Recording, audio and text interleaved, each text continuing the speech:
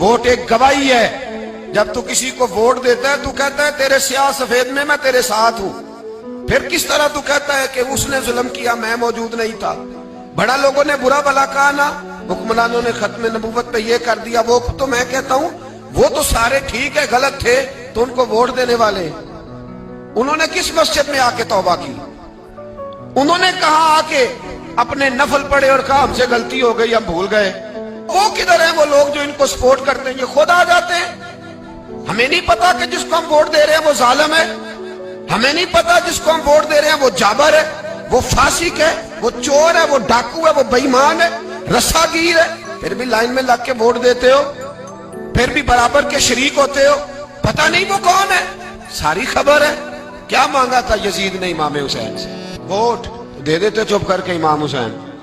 مسجد نبی میں بھی تو جمعہ پڑھاتے تھے، مسجد نبی میں جمعہ پڑھاتے تھے، مدینہ شریف میں مصطفیٰ کے جانشین تھے. یزید کہتا تھا جو آپ کہیں گے مل جائے گا، پر امام حسین نے فرمایا یہ نہیں ہو سکتا کہ میں مسجد نبی میں نماز پڑھاتا رہوں اور میرے نانا کی امت پر کوئی ظالم مسلط رہے، یہ نہیں ہو سکتا. ووٹ مانگتا تھا، ووٹ. تجھے ووٹ کی قدر کا نہیں پتا؟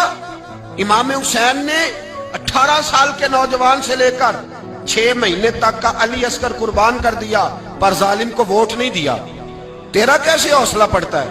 پھر تو 10 محرم کی دیگ بھی پکاتا ہے. کس طرح تیرا حوصلہ پڑتا ہے؟ کس طرح کر کے تیرے اندر ہمت آتی؟ جلال بادشاہی ہو یا جمہوری تماشا ہو، جدا ہو دی سیاست سے تو رہ جاتی ہے چنگیزی.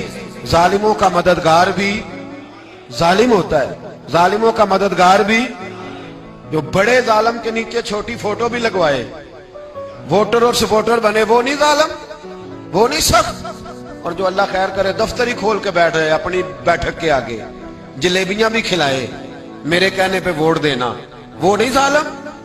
بچ گئے، باہر نکل گئے، نہیں جی نہیں ہم پاک صاحب ہیں، حکمران بڑے ظالم ہیں. نا تو بچ نہیں سکتا، تو برابر کا شریک ہے.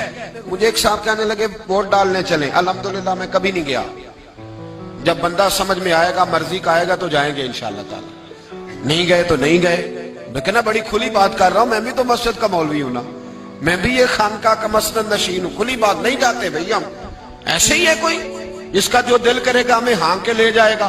ہماری بنیاد بھی ہے، ہمارا وقار بھی ہے، ہم رسول اللہ کے نام لینے والے ہیں.